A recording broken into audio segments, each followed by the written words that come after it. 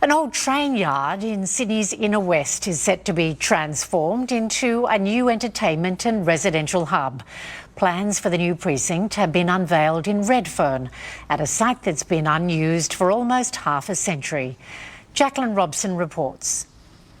Well, this parcel of public land is currently being used for movies and television shows, but now there's plans to transform this 10-hectare site into affordable apartments and office space. The once run-down Redfern station is set to be overhauled. A draft master plan is proposing 450 new homes, parklands, as well as entertainment and technology buildings. The aim is to revitalise the unused asset and bolster inner-city markets, bringing this site back to its former employment glory. This area, so close to the University of Sydney, so close to Redfern Station Tech Central, really lends itself as an employment hub. So that's really the focus here, to recognise that this is an area that was associated with tens of thousands of workers in the past. Owned by the transport asset holding entity known as Tahi, the site has been languishing for decades and will require massive remedial works. The heritage component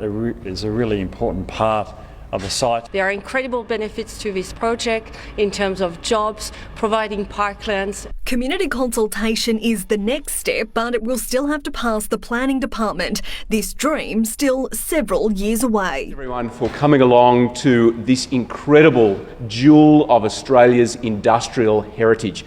It's almost impossible to overstate how important these heritage buildings are. They talk to Australia's industrial past. They celebrate the incredible skills of craftsmen and women who have worked here for literally well over 100 years. It was 1878 that this land was resumed to what was to become one of Australia's largest industrial workshops.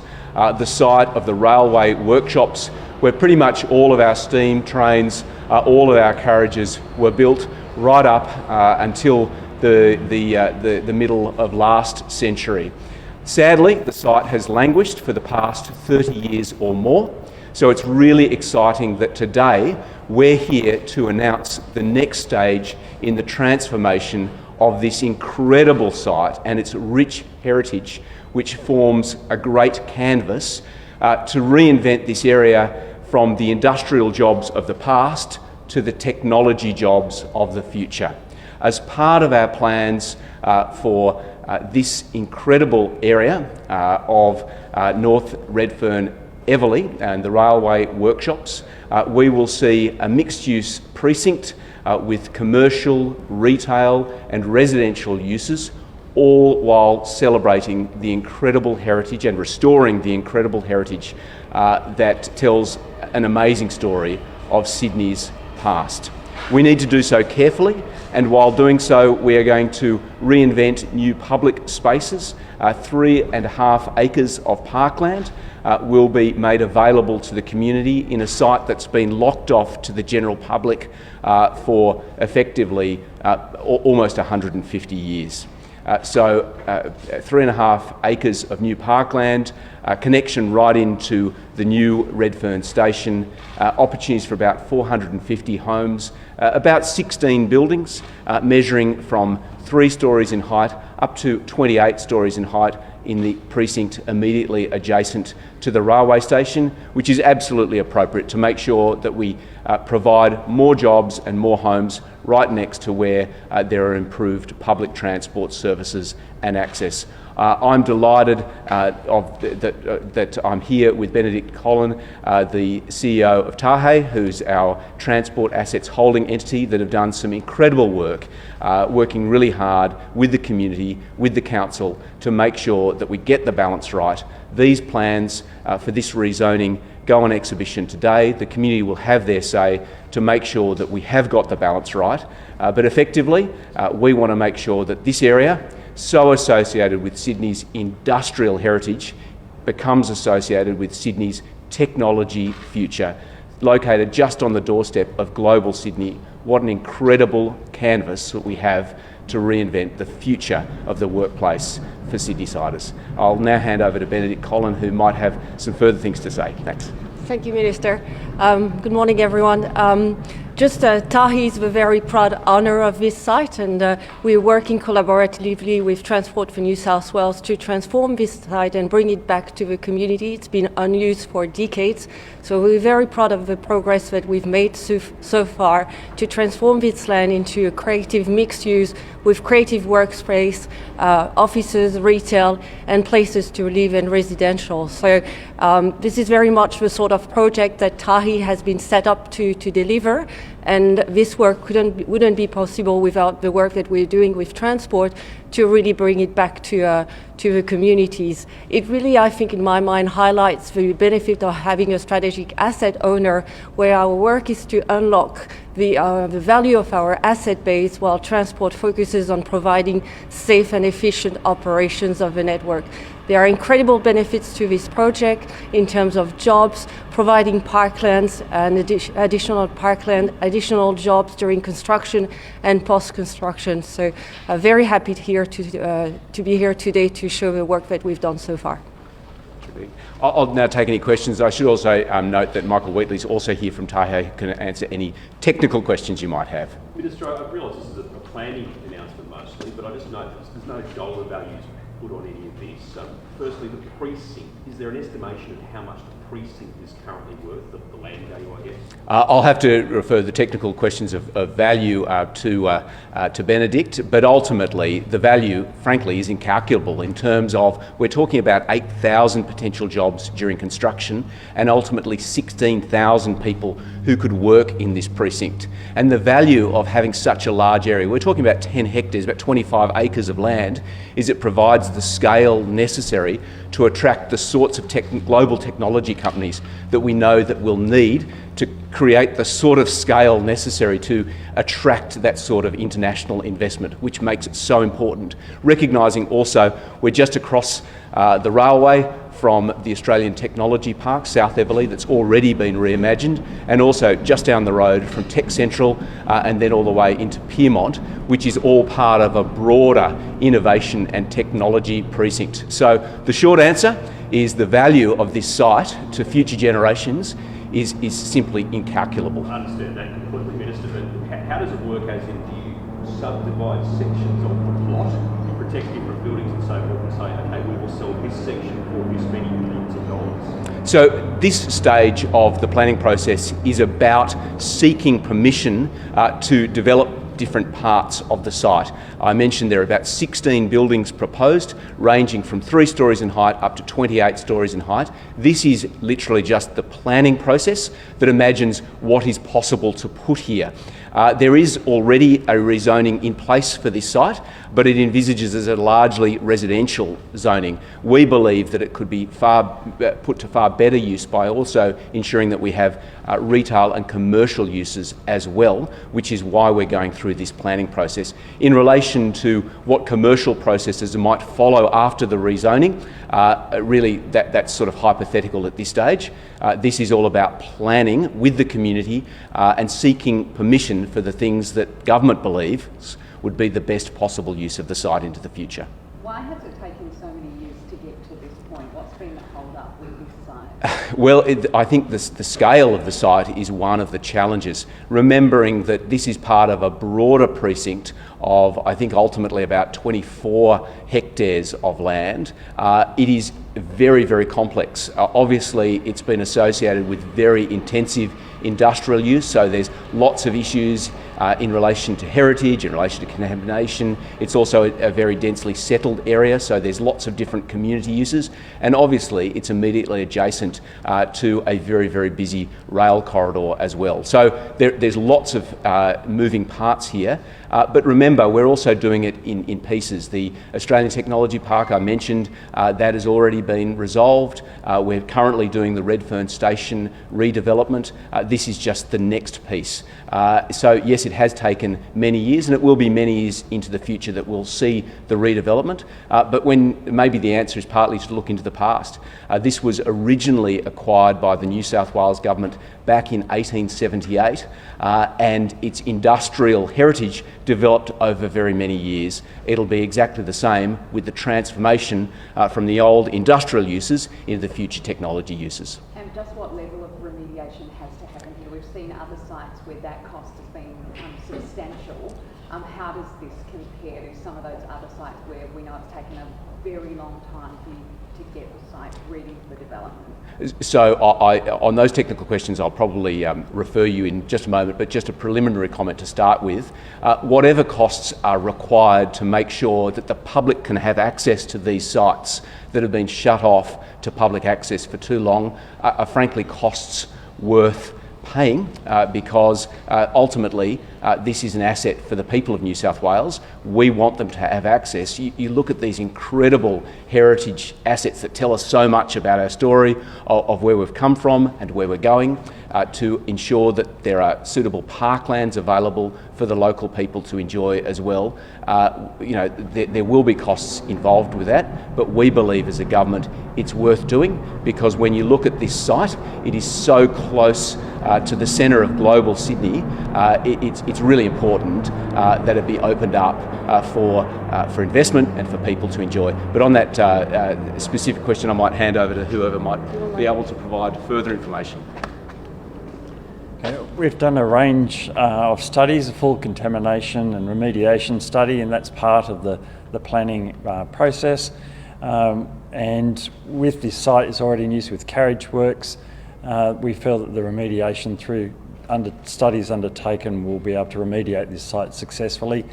The heritage component is a really important part of the site, and working with the remediation and the heritage will be able to return this land back to the community. What sort of time frame are you looking at? It's quite long term, but when would you think people would be moving into these 16 buildings? Well, certainly the planning process. So this first stage that we're going on with the rezoning,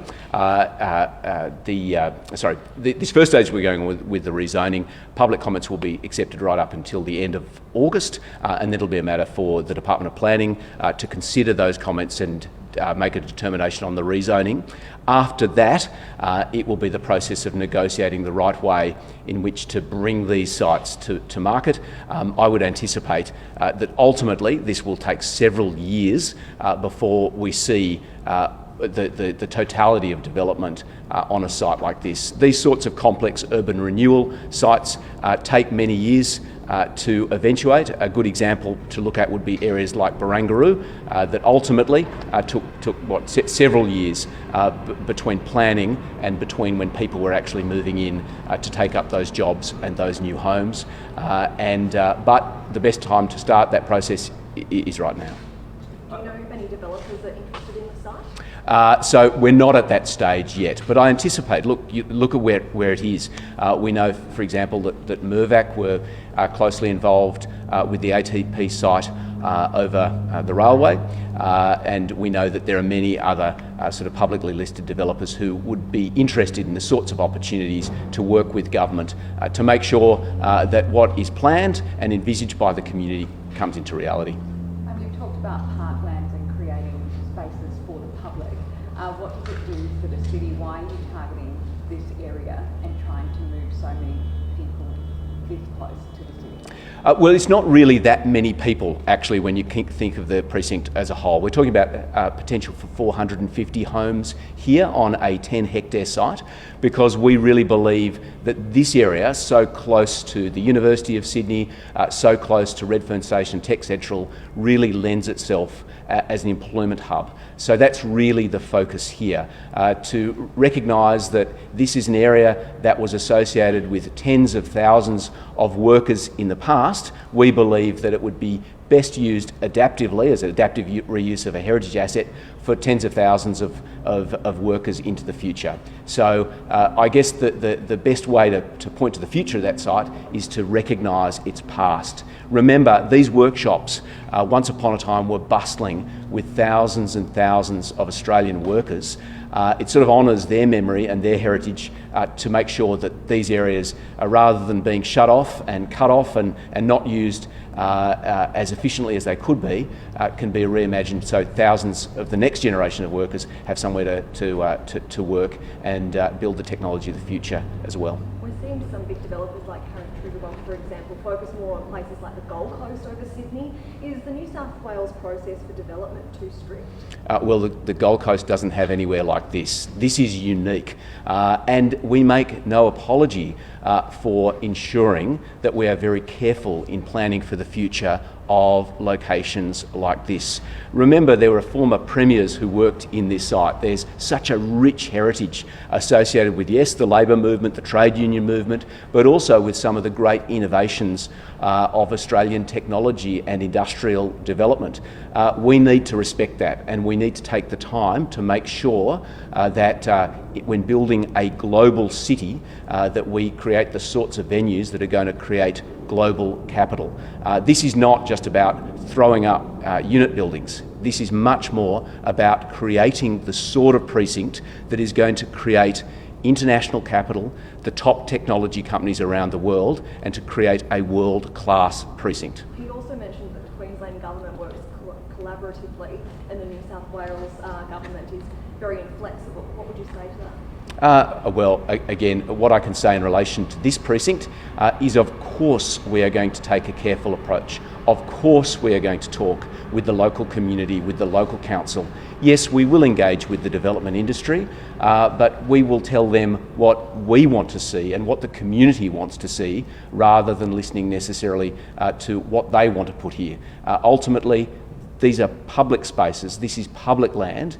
If we're going to see it redeveloped, we want to make sure we do it on the public's terms. Do you have your eye on other sites that perhaps, I guess, Tahi now owns, and it just comes to mind, the XPT stapling yards or maintenance facility in Sydney, there's a new XPT replacement on the way. Would that be an area that's worth a lot of money that could be redeveloped? Well, no. So the announcement today is focusing on this precinct, and my focus right now is on the precinct around Redfern Station and south to Carriage Works and beyond. This particular precinct is the focus right now, and a lot of planning work has gone into. There may be more opportunities for all sorts of things into the future, but one step at a time. This is a complex task. I'm just so grateful for the work that Tahi has done in bringing us to where we are today, and now it's over to the community to continue to have their say in shaping this to not just be a beautiful, slightly melancholic sort of heritage asset, but for it to be a living, breathing workplace for the technological jobs of the future. What's development like in Sydney at the moment compared to previous years? Is it ramping back up? Is it busier than normal? Look, I know that the sorts of indexes we use, the International Crane Index says that there's a lot of development across Sydney. There is nervousness in the market. I think that's experienced globally, but nevertheless, there are strong fundamentals in Australia and in Sydney in particular. It's opportunities like this that will continue to attract foreign investment, particularly in those technology companies. One thing that we do quite differently in New South Wales is we lead on the sorts of jobs and the sorts of opportunities we want to see in different areas. This is obviously an area where we want to lead on technology-focused jobs and innovation, because they're the sorts of opportunities we think work best in this part of global Sydney. Obviously, in other parts of the state, there'll be other precincts for other sorts of jobs and other sorts of opportunities. But the New South Wales government has a clear vision, and we want to lead industry to tell them the sorts of things that our evidence, our feedback and our data tell us will create the best opportunities for the next generation. On another matter, Minister, there's been a lot of speculation and some articles in the papers over the weekend about movement between members of the Liberal Party between different seats on Sydney Northern Beaches and right across the north. Are you any closer to deciding whether you'll recontest Pittwater? Look, I am the member for Pittwater first and foremost. I love my job as Minister for Cities, for Infrastructure and Active Transport, and I love to serve the people of New South Wales in whichever way the Premier of the day selects. But ultimately, my first love and my first commitment is to the people of Pittwater, and it's been my great privilege to serve them, and I'll continue to serve them in whatever capacity for the rest of my days. So you want to continue serving after March? Ultimately, that's a matter for the Liberal Party. It's a matter for the pre-selectors and the branches of Pittwater. I am not so bold to say what their decision will be, but ultimately nominations will be called, and at that point there'll be the opportunity for them to have their say. But I'm certainly not going to comment on hypotheticals because that point hasn't arrived yet. So again, I'm not commenting on hypotheticals. I've said that that's a matter for the branch members. It's certainly not a matter for me. Okay, that's okay. Thanks. Thank you.